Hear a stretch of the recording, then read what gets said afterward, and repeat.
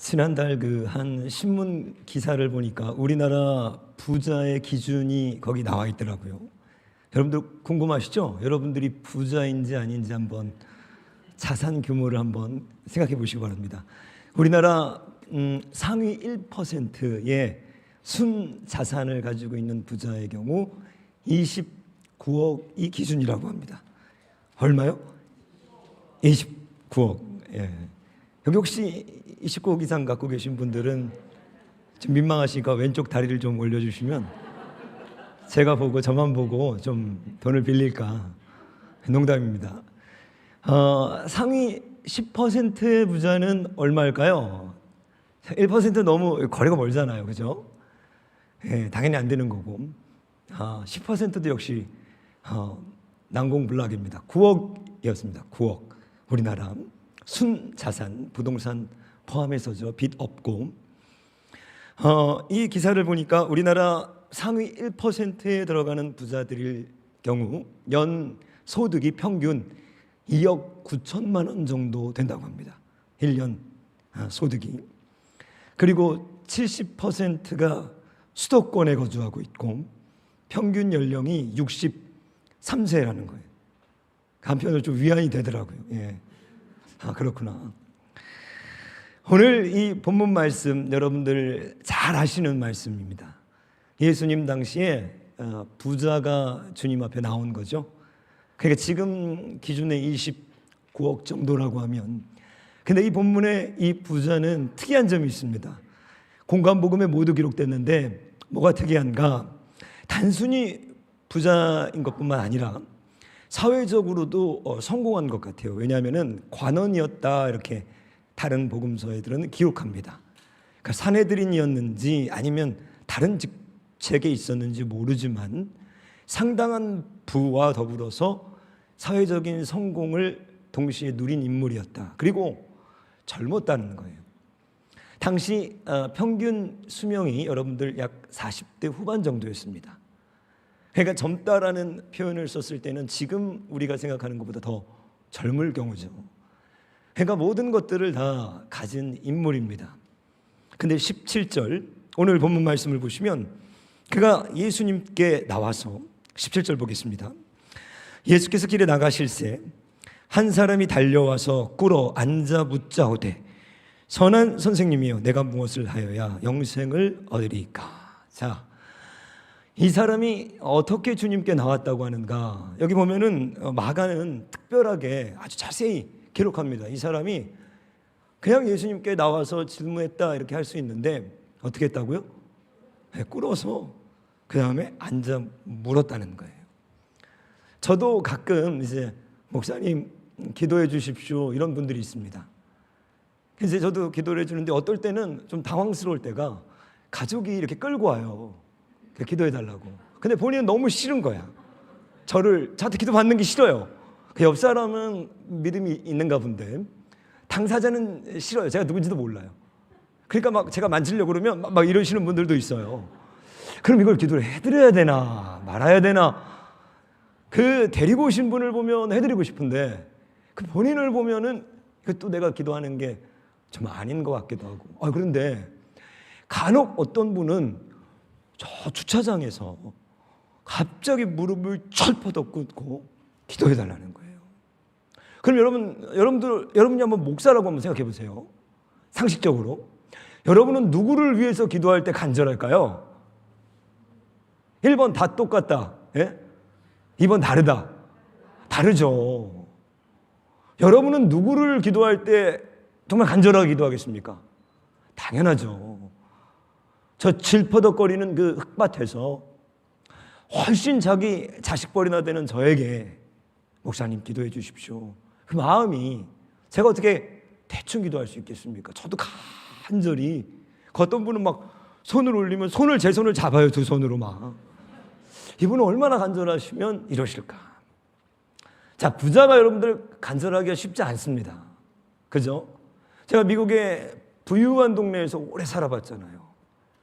거기 돈 쓰는 재미에 너무 취해 있어가지고요. 부자는 첫 번째 특징이 있습니다. 기도를 안 해요. 두 번째 통성기도를 안 해요. 왜? 통성기도 누가 하죠? 지금 갈급한 사람이 하는 거예요, 여러분. 미국에서 이런 것들을 경험하지 못했는데 오늘은 부자인데 성공을 했는데, 특별히 이 본문을 보니까 뭐 이혼을 했다든지 뭐 약물 중독에 있다든지 이런 게 없어요. 하나님의 말씀을 다 정확하게 지키고 있던 사람입니다. 그런데 뭔가 복음서에서 처음으로 예수님께 이 질문을 한 사람이 이 사람이에요. 그게 뭐예요? 영생을 얻으려면 어떻게 해야 되겠습니까? 이 질문인 거예요. 이거를 첫 번째로 마태복음에도 19장에 이게 기록되어 있는데, 먼저 이 질문을 예수님께 한 인물입니다. 저는 이 말씀을 보다가 깜짝 놀랐어요. 왜? 첫 번째, 뭐에 놀랐는가? 자, 선한 선생님, 어떻게 해야 제가 영생을 얻겠습니까? 첫 번째, 이 말은 이 사람이 영생을 믿었다는 거예요. 그죠? 영생이 있습니까? 이렇게 안 물어봤어요. 이건 굉장한 질문입니다, 여러분. 굉장한 믿음이에요. 왜? 당시 사두개인들은 부활도 천사도 영도 없다라고 믿었습니다. 이 세상 현세가 전부라고 믿었어요. 그런데 바리새인들은 달랐죠. 아마 그는 바리새인들 가운데 하나였을지도 몰라요. 근데 뭐라고 질문하는가? 영생을 얻으려면 어떻게 해야 됩니까? 이 말은 영생을 믿고 있다는 거예요.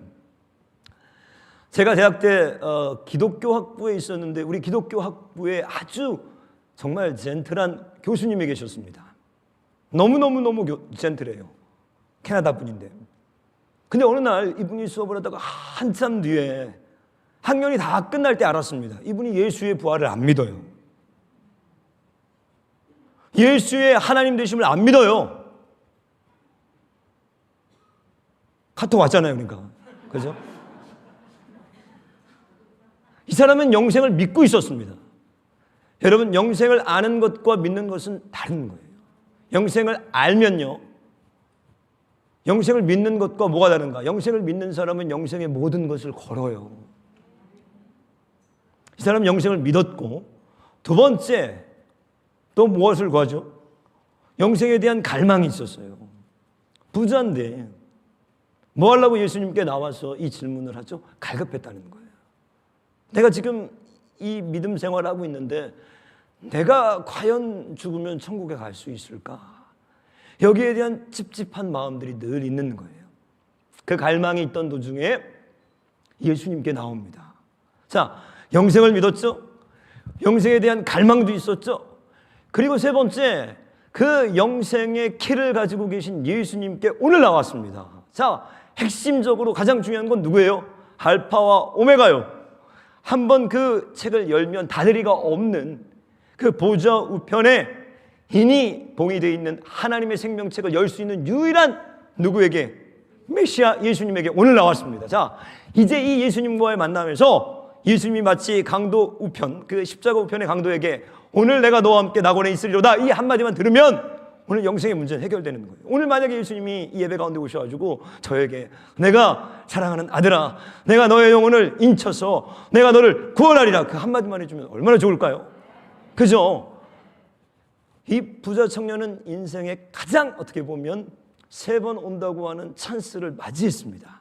그런데 우리가 잘 아는 것처럼 22절에 이 본문의 마지막은 씁쓸하게 끝나요. 아시죠? 예수님과의 그 만남이 뭐가 됐다고요? 독이 됐다는 거예요. 안 만났으면 더 나을 뻔했다는 거예요. 교회를 안 왔더라면 더 나을 수도 있습니다. 여러분들, 이 마지막 돌아갔던 부자 청년이 예수님께 다시 나왔을까요? 저는 그렇지 않다고 봅니다. 제가 지난주에도 말씀드렸지만 제자들이 이 성경을 기록할 때에는 최소한 30년에서 50년이 넘은 시점에 기록된 거예요. 다시 돌아왔다면, 그가 만약에 초대교회 때 예수의 부활 이후에 다시 돌아왔다면 1세기 초대교회 예루살렘 교회 가가지고 마태에게, 마가에게 찾아가서 저예요, 그때 저 부자 아시죠? 그때 공생했대, 저 왔습니다, 이게 알 거란 말이에요. 초대교회 때 삭개오가 만약에 변절했으면 삭개오의 얘기는 없습니다. 그런데 이 친구가 여기 마지막에 씁쓸한 퇴장을 기록한 걸 보면 그는 사라진 거예요. 저는 이 본문 말씀을 보면서 굉장히 두려웠습니다. 뭐가 두려운가? 제가 이 목회하면서 가끔 상담을 할 때 어떤 상담하는 분들을 만나냐면 저에게 와가지고 목사님, 제가 목사님 설교를 다 들었습니다. 그런 분이 있어요. 이때니까요. 안 믿으시네요. 있어요. 가끔 있어요. 가끔 우리 가족 말고도. 제가 너무 그러면 여러분 인간적으로 기분이 어때요? 좋죠. 당연히 좋죠. 그래서 제가 한껏 기분이 좋습니다. 그래서 상담을 계속 하다 보면 제가 우울해지기 시작해요. 왜 그럴까? 이분에게 치명적인 문제가 있어요. 치명적인 문제. 그리고 이분이 가르쳐달래요, 자꾸. 저는 그냥 듣고만 가고 싶은데 자꾸 물어봐요, 목사님. 가르쳐달라는 거예요. 영생을 얻으려면 어떻게 해야 되는지 묻는 것처럼. 그래서 제가 예수님처럼 직접적으로 얘기를 안 하고 돌려서 살짝 힌트를 줍니다. 그랬다가 다시는 저를 찾지 않는 분들을 여럿 만났어요. 그래서 제가 상담하면서 노하우가 생겼습니다. 얘기해 주지 말자. 본인이 알 때까지.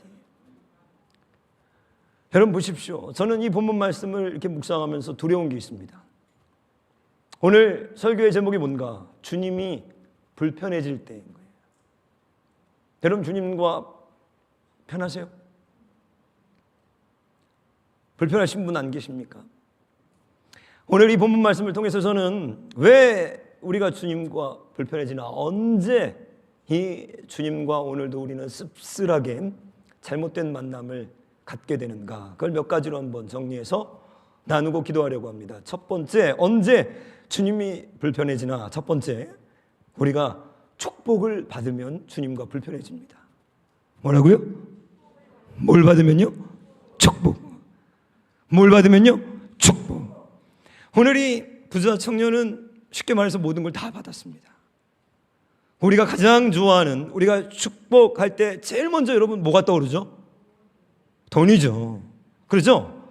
주님이 우리에게 어떤 축복을 줬으면 좋겠어요, 여러분? 돈이죠? 아닌가요? 돈이잖아요, 여러분. 이 부자 청년은 돈을 추가로 명예와 여러 것들을 다 받았습니다. 건강했던 것 같아요. 그런데 문제는 우리가 언제 주님과 불편해지기 시작하는가?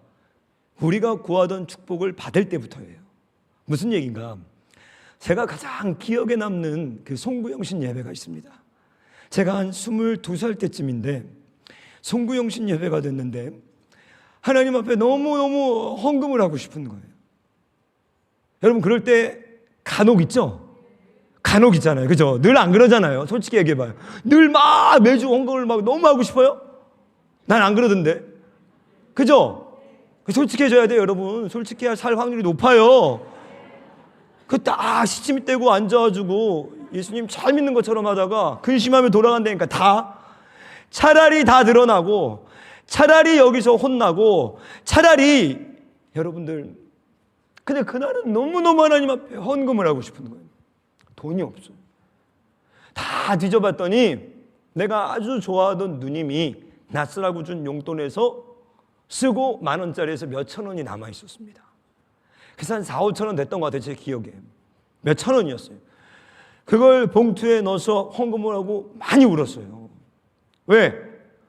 하나님께 내가 1,000원짜리를 드렸다는 거예요. 얼마나 마음이 아팠는지 몰라요.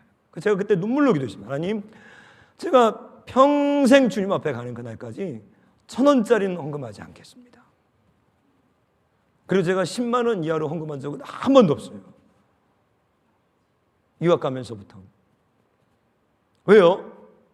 뭐 이런 거예요. 제가 어머니 이거 용돈 하세요. 그리고 4,000원 넣어서 딱 드리면 재밌는 얘기 해드릴까요? 제가 어느 날 우리 교회에 와가지고 너무 힘들게 하시는 분이 있습니다. 경찰도 부르고 도저히 그날도 저를 붙들고 늘어지셔가지고 안 돼가지고 돈을 드리면 이분이 가거든요. 지갑을 딱 꺼냈습니다. 돈을 드리려고 딱 폈는데 요새 현찰을 잘 안 갖고 다니잖아요. 5,000원짜리인가 하나 있더라고요. 줄까 말까.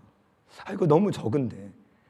근데 저는 이 밖에서 만나는 분들, 이런 분들에게 항상 5만 원짜리를 드렸지 10,000원짜리를 드린 적도 거의 제 기억에 없어요. 기분 나쁠까 봐. 근데 그날은 그게 내가 전부였어요. 그래서 5,000원을 딱 드리는 순간 잘못 드렸구나. 그분이 딱 보고 장난하십니까? 저한테 그러시는 거예요. 목사님 저랑 장난하십니까? 이러는. 안 받으셨어요, 여러분. 저는 그게 전부였거든요, 그때는. 그런데 여러분, 제가 무슨 얘기를 하려고 하는가?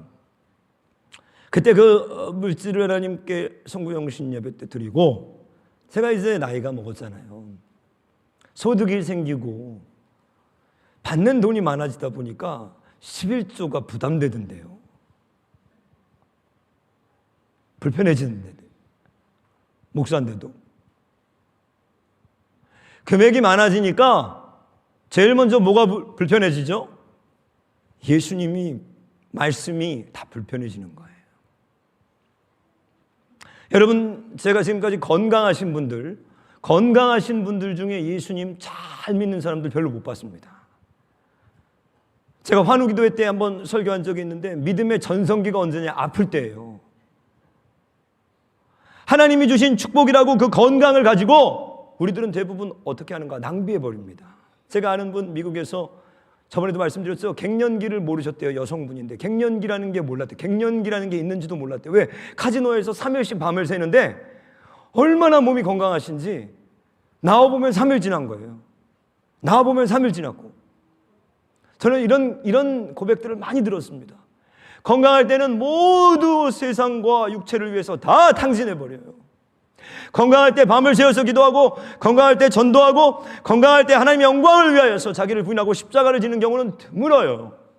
대부분 몸에 병이 들고 고통이 오고 어려워지면, 첫 번째, 명예가 생길 때, 권세가 생길 때 우리는 주님과 가까워질 거라고 믿습니다.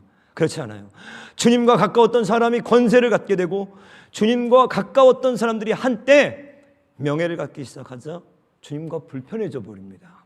헤롯과 빌라도가 뭐가 문제였죠? 그 자리에 있었다는 거예요. 그 자리에 있자 예수님이 뭐예요? 라이벌이 되고 불편한 관계가 되고 제거해야 될 대상이 됐습니다.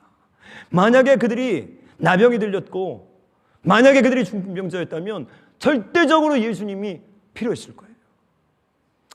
적용. 그럼 어떻게 해야 되느냐? 우리 그리스도의 사람들은 이런 축복들을 구하지 않습니다. 돈 달라고 구하진 않아요. 명예나 권세를 달라고 기도하진 않아요. 왜? 내가 약한 데서 강하여지기 때문인 거예요. 여러분들이 가시를, 십자가를 구하고 있다면 여러분들은 주님과 지금 같은 길을 걷고 있는 것이지만, 여러분들이 이런 것들을 지금 구하고 있다면 여러분도 지금 주님과 원수의 자리에 앉아있다는 증거입니다. 많이 불편해지고 있다는 거예요. 첫 번째, 우리가 축복을 받을 때 주님과 불편해진다는 거예요. 두 번째, 언제 주님과 불편해지는가? 취사 선택할 때입니다. 뭐라고요? 취사 선택할 때. 영적인 편식을 하기 시작할 때 주님과 멀어지고 불편해집니다. 이게 오늘 본문의 얘기예요. 왜 그런가? 오늘 본문은 여러분들이 잘 아는 내용입니다. 어떻게 하여야 영생을 얻겠습니까?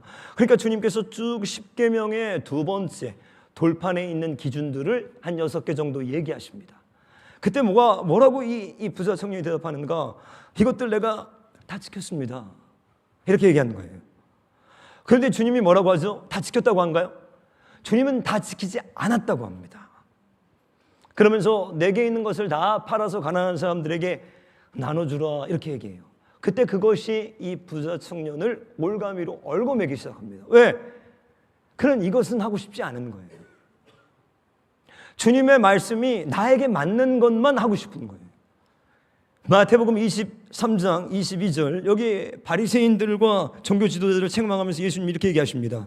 화 있을진저 외식하는 서기관들과 바리새인들이여, 너희가 박하와 회양과 근체의 11조는 드리되 율법에 더 중한 바 정의와 긍휼과 믿음은 저버렸도다. 너희들이 교회는 오고 헌금은 하고 너희들이 이런 전통들은 지켰지만 더 중요한 것들, 예를 들면 사랑하는 것들, 내 이웃을 내 몸과 같이 아끼는 것들, 정의로운 것들, 정직한 것들, 긍휼, 이런 믿음은 너희들 저버렸다는 거예요. 그러면서 예수님이 그러나 이것도 행하고 저것도 버리지 말아야 할지니라. 둘 다 지켜야 되는데 주님은 이런 사람들에게 뭐라고 하는가? 맹인된 인도자요, 하루 살리는 걸러내고 낙타는 삼키는도다. 이게 우리 믿음일 수 있습니다. 뭐라고요? 하루살이는 다 걸러내고 뭐라고요? 정작 중요한 낙타는 삼켜버리는 거예요. 주일날 나와서 예배 드린다 하고 뭐 헌금도 좀 하고, 그러나 정작 가장 중요한 거는 안 하고 있는 거예요. 싸우고 있고 미워하고 있고 원수되고 있고 유산 문제로 부모도 안 보고 있고 이러고 있는 거예요. 아주 사소한 것들은 다 지키고 있다라는 스스로의 착각들을 하게 만듭니다. 그런데 정말 중요한 것들은 전부 걸러내고 있다는 거예요. 왜 그런가? 이런 거예요.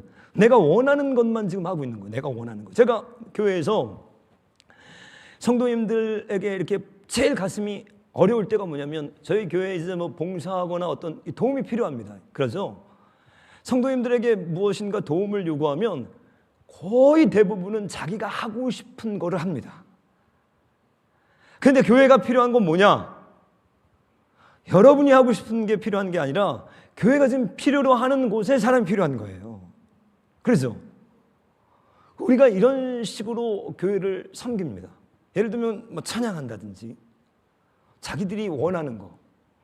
근데 정말 필요한 건 그게 아니에요. 정말 필요한 거는 내가 별로 하고 싶지 않은 것들인 경우가 대부분입니다. 하나님의 말씀도 취사 선택해서 내가 원하는 것들 위주로 지켜나가는 거예요. 또 이런 것도 있습니다. 내가 쉬운 거, 내가 잘하는 거 위주로 지켜나갑니다. 이게 뭔가, 예를 들면 이런 거예요. 저는 고등학교 때 처음 교회를 나왔는데, 원래 제가 갖고 있는 이 성격적인 특성, 제가 갖고 있는 이 기질, 저는 원래 술, 담배를 싫어합니다. 원래 담배 연기 근처 가는 것도 싫어해요. 저는 원래 뭐 술 먹고 뭐 토하고 뭐 하고 이런 것 자체를 워낙 싫어해요. 그냥 싫어해요. 왜? 전 되게 고상하거든요. 전 되게 고상한 사람이에요. 아멘. 한 명 계십니다. 예. 싫더라고. 난 싫어. 그게 너무너무 싫어. 교회 다니기 전에도 싫어. 제일 싫은 데가 어디냐면 사람 많고 시끄럽고 어두운 데예요. 생전 가야 무슨 뭐 클럽, 어디 뭐 나이트 안 가요. 왜 안 가냐? 하나님의 말씀 때문에 안 가는 게 아니라 내가 싫어해. 일단 내가 싫어해. 그거를 혼자 다니는 게 편하고, 여행하는 게 좋고, 산과 바다에 가는 게 좋고, 깨끗하게 술 마시는 것보다 커피를 마시진 않지만 커피 향기를 되게 좋아하거든요. 그런 데 가가지고 얘기하고, 나 이런 걸 좋아해요. 그러니까 제가 처음 예수님께 왔을 때 뭐 술 취하지 말라, 뭐 이런 거, 담배에 대한 거, 또 도박에 대한 거, 이건 내게 너무 쉬운 것들인 거예요. 왜? 전 도박하는 것도 굉장히 싫어요. 왜? 디스크가 있어서 앉아가지고 이렇게 하는 거를 못해. 저 디스크가 있어서 안 해요. 핫도그 뭐 이런 거, 게임 이거 싫어요. 왜? 이게 안 좋아가지고 걸어다니는 걸 좋아하고, 축구하는 걸 좋아하고, 나가 산책하는 걸 좋아하고, 등산하는 걸 좋아하죠. 그러니까 이런 것들은 내가 아주 쉬워하는 거예요. 하나님이 내게 이런 말을 하실 때 저는 전혀 부담이 없습니다. 부자 청년에게 뭐가 아킬레스건인가요? 돈인 거예요. 돈. 여러분의 아킬레스건이 뭡니까? 주님은 그걸 물어보는 거예요. 저한테 술 마시지 마라, 저한테 게임 중독에 빠지지 마라, 원래 안 했어요. 원래 관심도 없었어요. 아멘. 그러니까 부자 청년처럼 이렇게 얘기하는 거예요. 아멘. 다 했습니다. 근데 주님은 그걸 묻질 않아요. 여러분의 아킬레스건, 여러분의 치명적인 약점, 치명적인 여러분들이 하나님과 바꿀 정도로 사랑하는 것이 뭐냐고 묻는 거예요. 지금 그것 때문에 하나님의 말씀조차도 버릴 수 있는, 그것 때문에 주님의 말씀을 듣고도 돌이켜버릴 수밖에 없는 그 아킬레스건이 뭐냐는 거예요. 근데 우리는 보이는 것, 내가 할 수 있는 것, 내가 원하는 것, 잘하는 것들만 취사해서 순종하면서 오늘 이 부자 청년처럼 이런 오류에 빠집니다. 다 지켜야 진짜인 거예요. 여러분에게 주님이 물어보실 것이 무엇이겠습니까? 많은 경우는 돈일 거예요. 돈은 거의 대부분의 사람들에게 걸립니다. 그래서 성경은 이런 많은 것들을 물어봅니다. 음란에 대한 질문들을 합니다. 많은 사람들은 여기에서 전부 걸려서 넘어지기 때문이죠.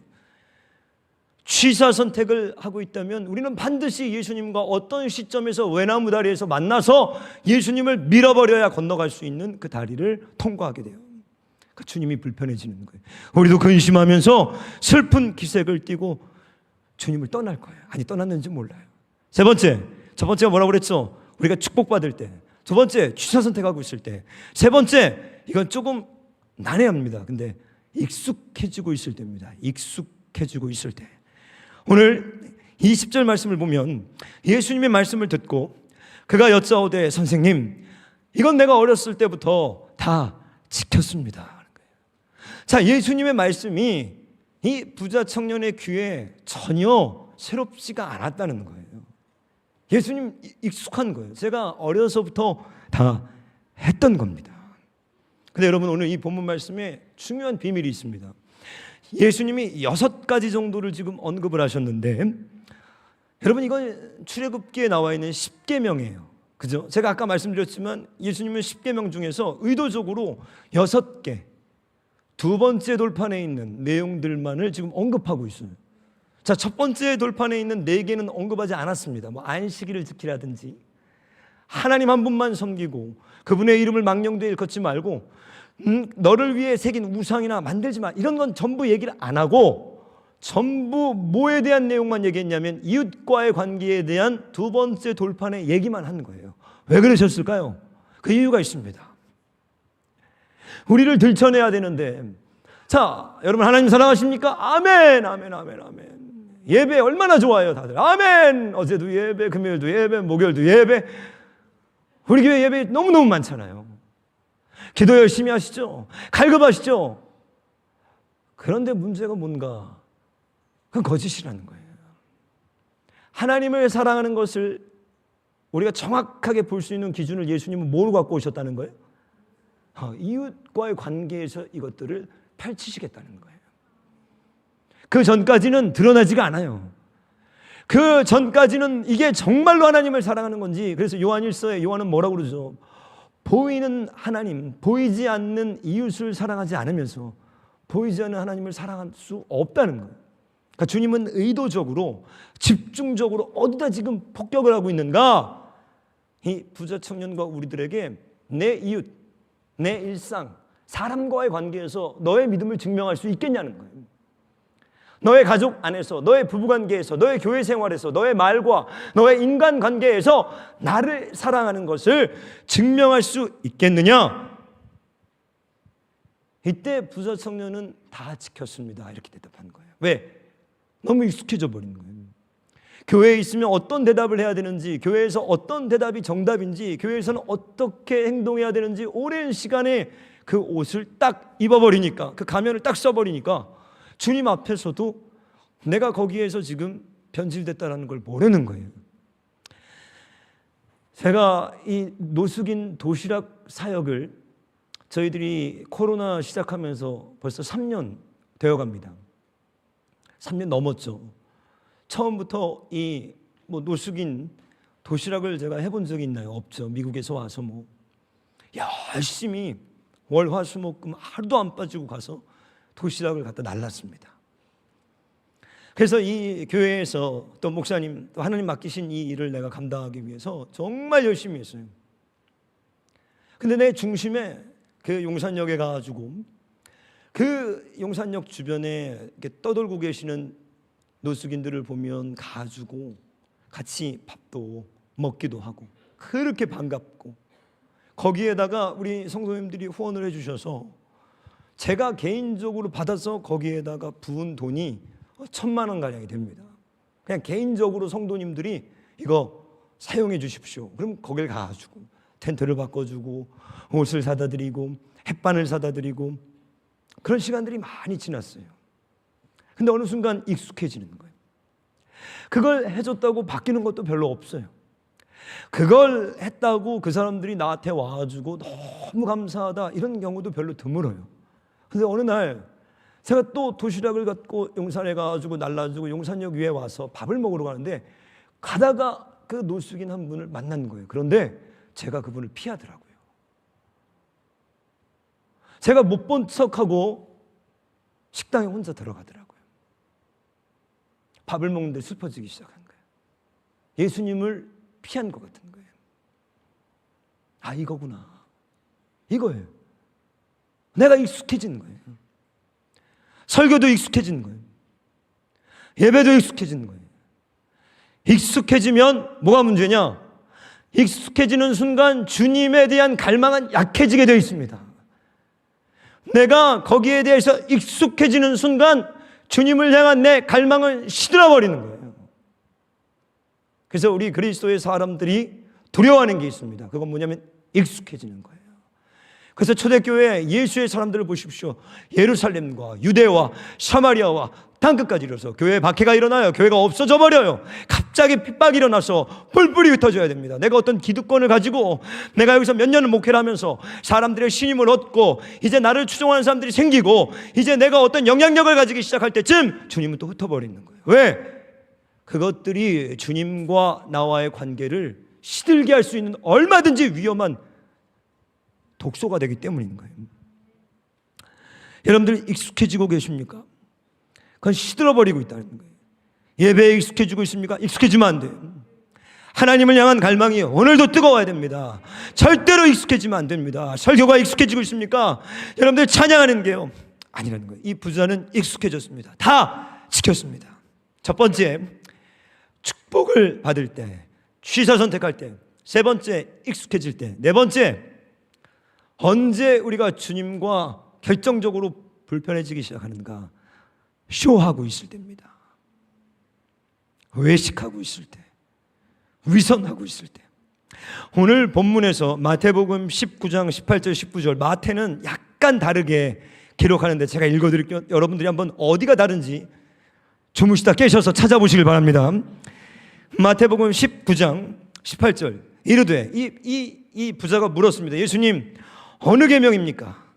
어느 계명입니까? 예수께서 이르시되 살인하지 말라, 간음하지 말라, 도둑질하지 말라, 거짓 증언하지 말라, 내 부모를 공경하라, 내 이웃을 내 자신과 같이 사랑하라 하신 것이니라. 마가복음과 하나가 차이가 있어요. 뭐가 다르죠? 예, 마지막이 달라요. 마지막이. 왜 예수님은 이 얘기를 하셨을까요? 자, 살인하지 말아라. 살인 안 했죠 뭐. 도둑질하지 말아라. 도둑질 안 했어요. 돈 많은데 뭘 도둑질해. 부모를 공경하라. 아마 효도했는지 모릅니다. 용돈도 잘 챙겨드리고 기념일도 챙기고, 그리고 뭐예요? 거짓 증언하지 말아라. 이 사람 정직한 사람이었어요. 그런데 예수님이 이 사람 귓가에 이 모든 것을 포함하는 딱 한마디를 던져주셨는데, 내 이웃을 내 몸과 같이 사랑하라. 이 말씀에서 어떤 반응을 예수님은 기대하셨을까요? 여러분의 이웃을, 여러분 옆에 있는 이웃을 내 몸처럼 사랑하시는 분이 여기 계십니까? 없죠? 없죠? 제가 결혼해 보니까요, 내 아내도 내 몸처럼 사랑 안 해요. 내 몸이 제일 중요해. 내가 감기 걸릴 때, 내가 독감 걸릴 때 내 몸을 지독할 만큼 사랑해요. 그렇게 사랑하는 내 자식이 있는데도 내 몸처럼 사랑 안 해요. 그러면 이 말씀을 들었을 때 부자는 어떻게 반응했어야 됐을까요?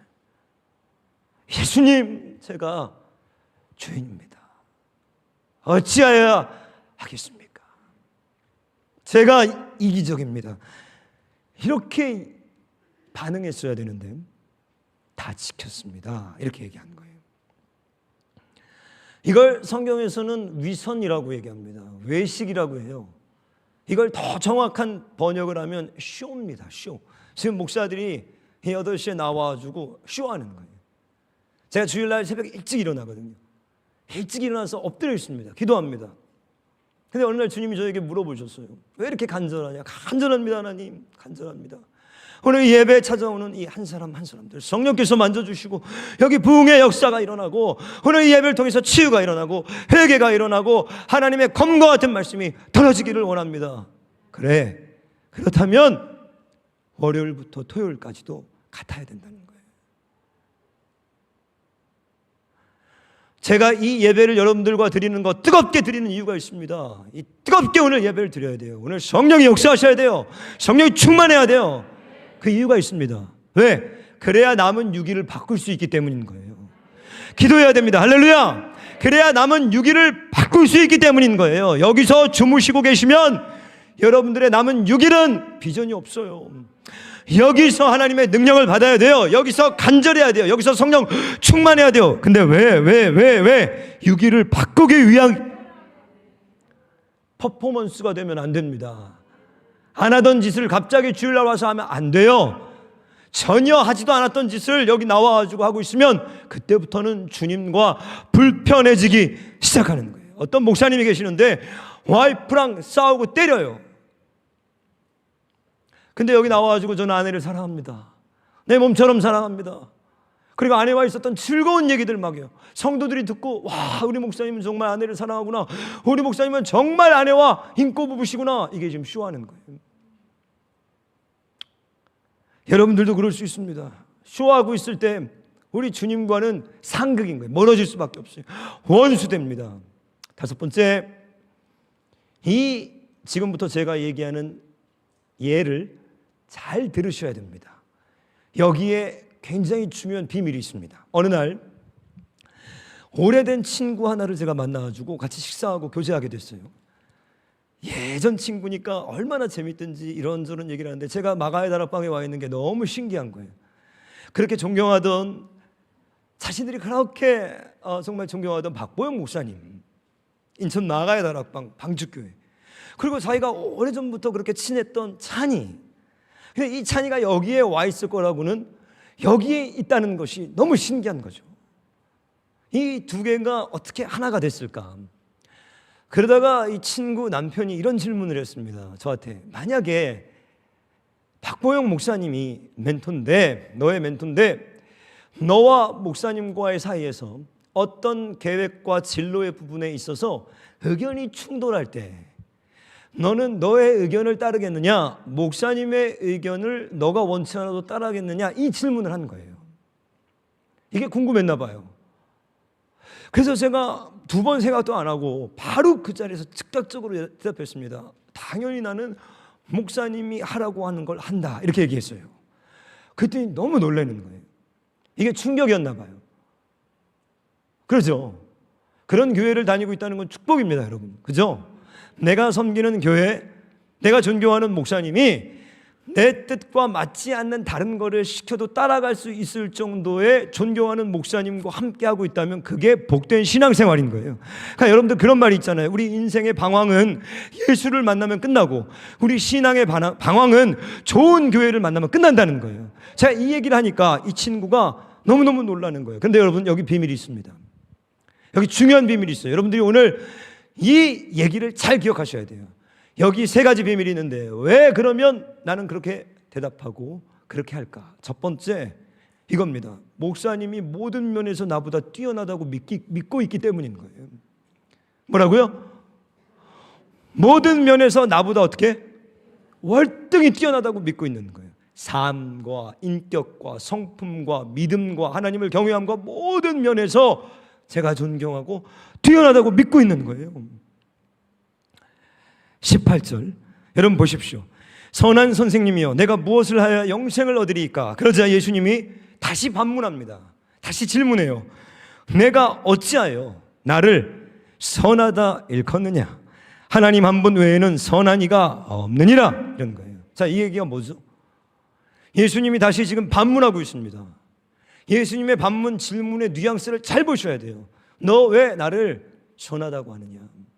하나님밖에는 선한 분이 없다. 이 얘기는 뭐예요? 너 나를 하나님으로 믿고 있느냐? 내가 메시아냐? 하나님이냐? 예수님 뭐라고 하시죠? 너희는 나더러 주여 주여 하면서 어찌하여 내가 너희에게 말하는 바는 행치 아니하더냐? 이 말인 거예요. 선한 선생님. 자, 선한 선생님, 어떻게 해야 영생을 얻겠습니까? 그리고 예수님이 말해줬어요, 안 해줬어요? 해줬죠. 순종했어요, 안 했어요? 안 했죠. 잘 보셔야 되는 거예요. 첫 번째, 우리가 영생을 얻기 위한 이 길을 걸어가려면 하나님이 나보다 모든 면에서 뛰어나다고 믿고 있어야 돼요. 이 믿음도 없었던 거예요. 저는 그걸 믿고 있었습니다. 굳게 믿고 있었어요. 목사님이 시키는 대로 하면 나의 지혜로움보다 목사님의 어리석음이 훨씬 더 지혜롭고 나의 강함보다 목사님의 약함이 훨씬 더 강하다고 믿고 있어요. 그런데 여러분, 2번째 키가 있습니다. 키가 있어요. 이것만 갖고는 안 돼요. 왜 안 되냐? 제가 인생을 살아보면서 저보다 훨씬 더 뛰어난 사람들을 종종 만났습니다. 많이 만났어요. 예전에 제가 섬기던 교회 목사님도 저보다 훨씬 더 기도를 많이 하고 훨씬 더 영적으로 앞서가신 분입니다. 그런데 그분이 나에게 얘기를 하면 절대 따라가지 않아요. 왜? 그분은 나를 사랑하지 않아요.